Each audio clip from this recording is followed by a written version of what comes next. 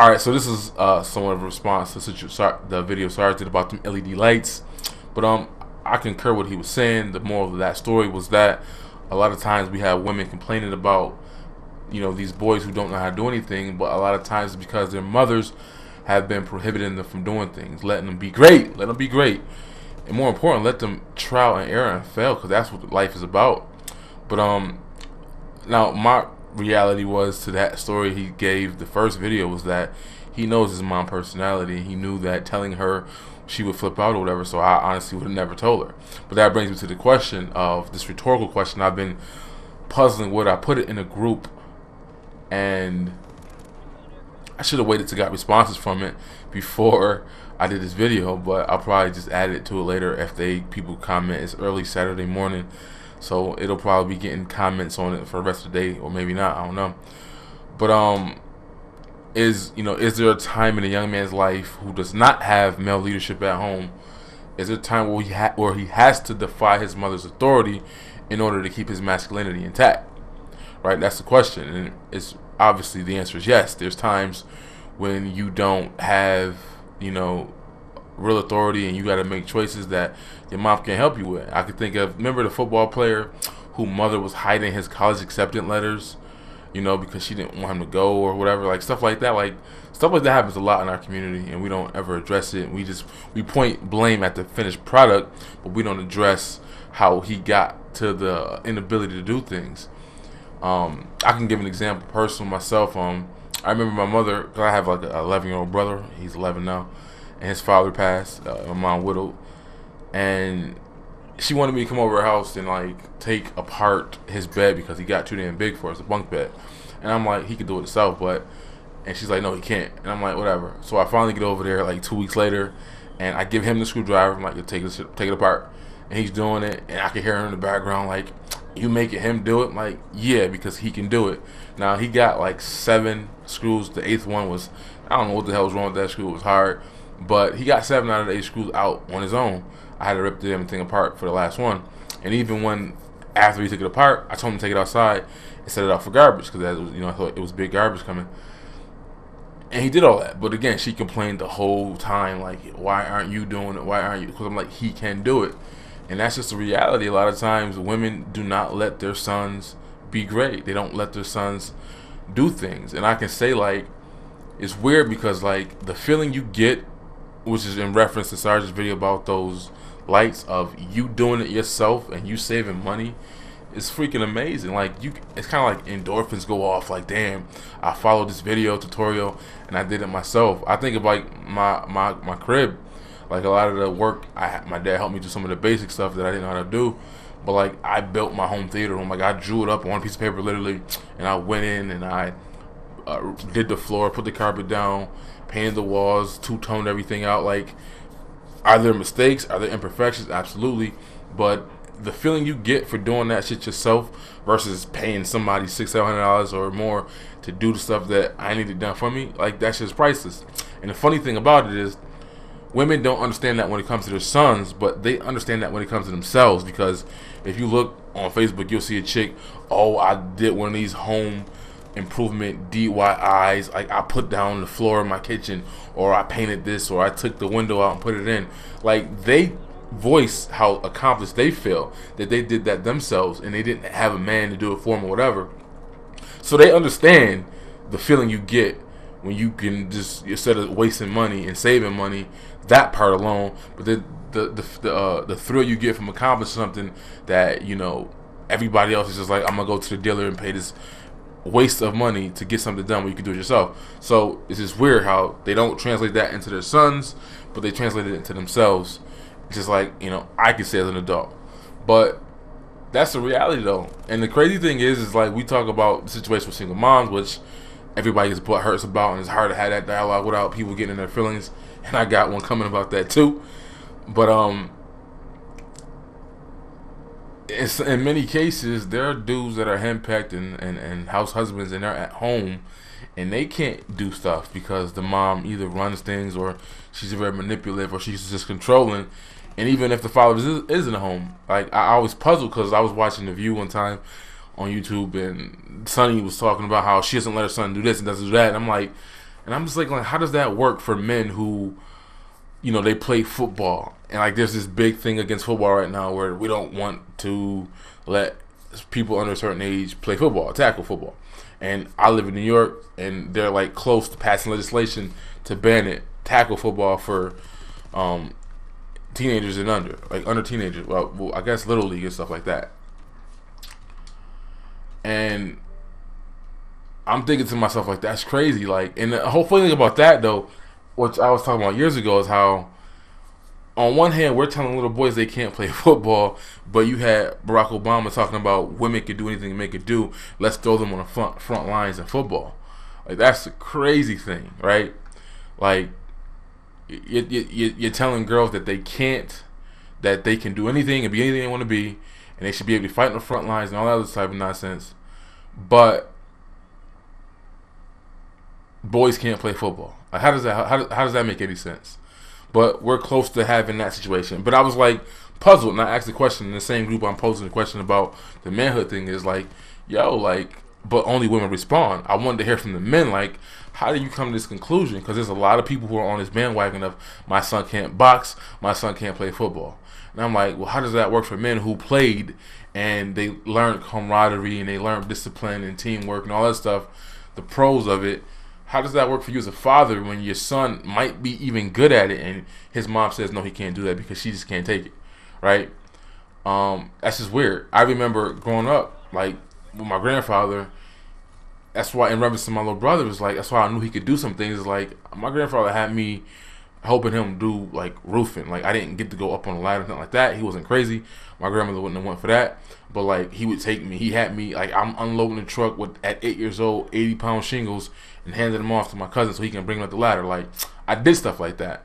So it's like, for me, when I look at my cousins or my little brother and how they don't have that, or they didn't get that, it's like because their mothers don't let them do those things, and then they wait to the last minute, and then you have situations like this is the situation though, right? It's Valentine's Day coming up, right? And we know we're gonna see some weirdo, creepy shit from single moms talking about taking their sons out on Valentine's Day and stuff like that.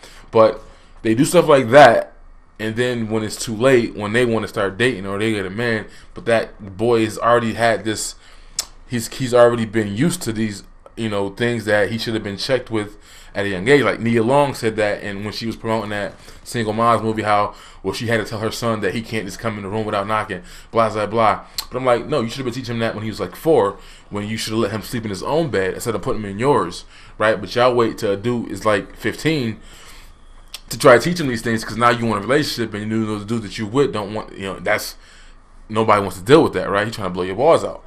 So y'all wait too late a lot of times to handle those things, and then you're complaining about those things later on, when the whole time you cultivated this man boy to do these things, right? And that's just the reality of the situation, though. Like, there are times when a boy who does not have male leadership, he'll have to defy his mother's authority in order to keep his masculinity intact.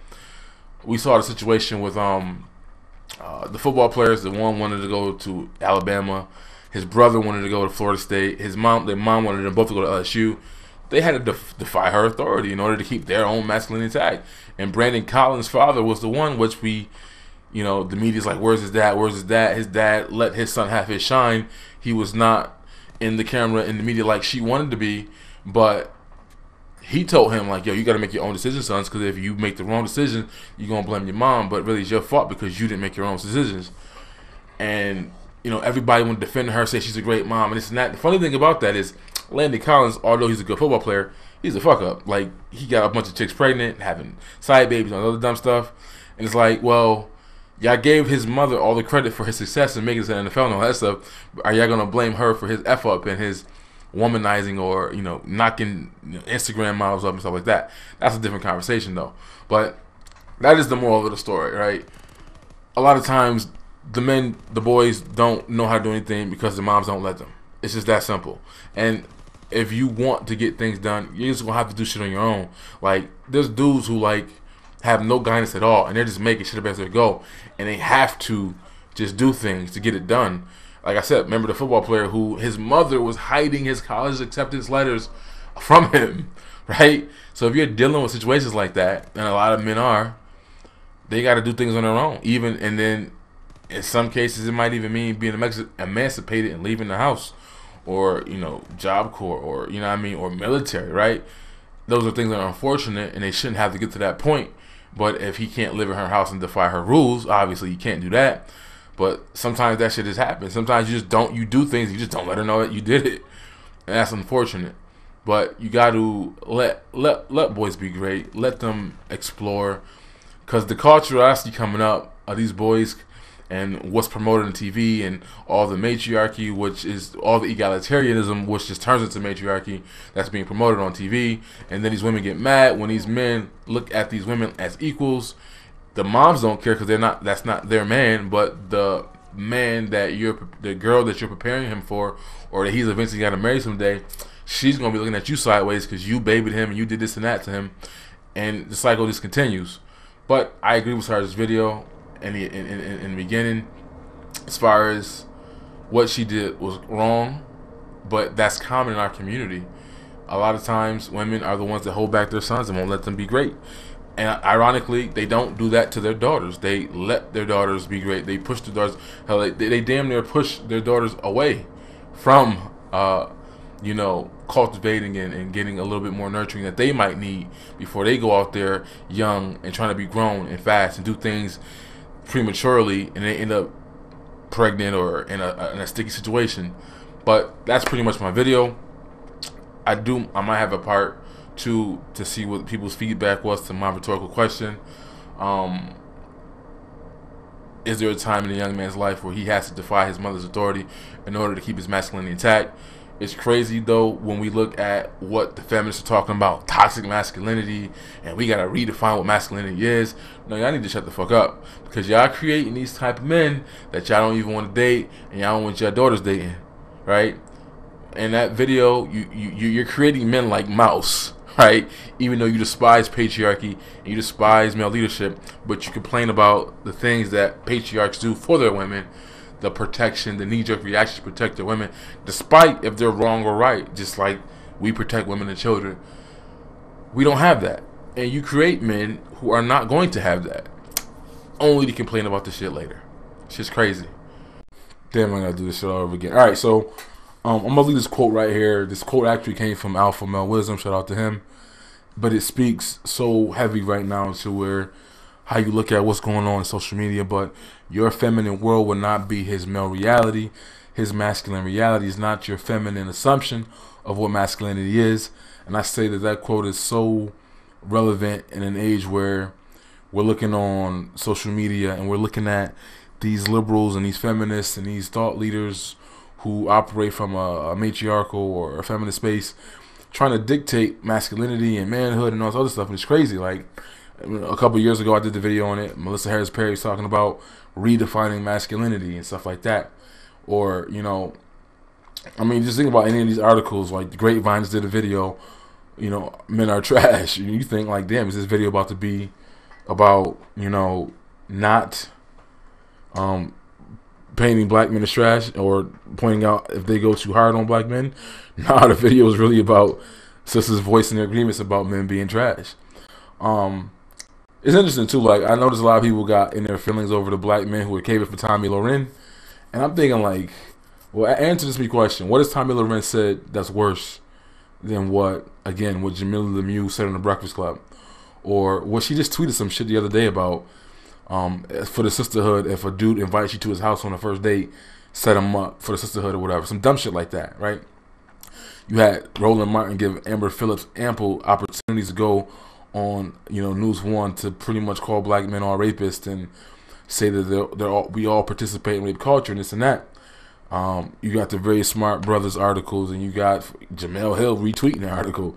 You know what I'm saying? It's like you got all this, like, it's like I'm just looking on Facebook, just watching some of these feminist spaces, and it's like, men are trash or men are toxic, and I'm like, God damn, like, what has Tommy Lawrence said that's worse than any of this shit that you're reading from The Root, The Griot, Black Voices, Ebony? Now that Ebony's black owned, let's see if it will be the same. I mean, Essence. Let's see if we'll still get the same, pieces attacking black men. But I asked that question. What has she said that's worse? Give me specific, because her videos are all on YouTube. Show me what she said specifically that's worse. Because the argument was, y'all shouldn't give her a platform because her rhetoric is dangerous toward black men. But do you not think that Amber Phillips' rhetoric is not dangerous toward black men? Or Very Smart Brothers article? Or, some of these black feminists I'm reading on Facebook? I should just share you this one chick. I don't even know why I still follow her, but like she going in like, I don't want to have black sons because they're gonna grow up and be trash. What else did she say in one of her joints? She said, she tagged me in some conversation. I'm gonna respond in a different video about colorism. She ain't answered nothing or say anything to what I said, but she tagged me into her video response, which was, it didn't say anything. It was just, but the point is, like, she's an educator. She's talks about her doctorates and her degrees, and I'm like, I don't think we comprehend how big this is. Like, these motherfuckers are educating your children. Like, these are professors in colleges and shit. And the idea that there's some type of patriarchy going to come out of this, it's not happening. That's why these chicks that's talking about, oh, you're supposed to be this and you're supposed to be that, you should know what to do, blah, blah, blah. I'm like, nah. Let's not act like we aren't matriarchal as hell. Let's not act like these educators have influence over these boys. But that's a different tangent and rant, though. I do want, whenever you see these articles, whether it's Very Moist Brothers, I think there's a new article too, some gay dude. It's like in the barbershop beating his meat to watching the relationship between black men and their barber. Like, just crazy shit. Like, and it's just amazing to me that there are people like Obsidian who are like, yo, we should let gay black men in the manosphere. And I'm like, do you not realize they side with black women? Like, what are you talking about? It's like weird. Like, the shit I'm just seeing. And I say, whenever you read any of these articles, whenever you're in a Facebook post, write this quote in there. Let them know that they don't know the fuck they're talking about. Even moist dudes, like, they're gonna side with women.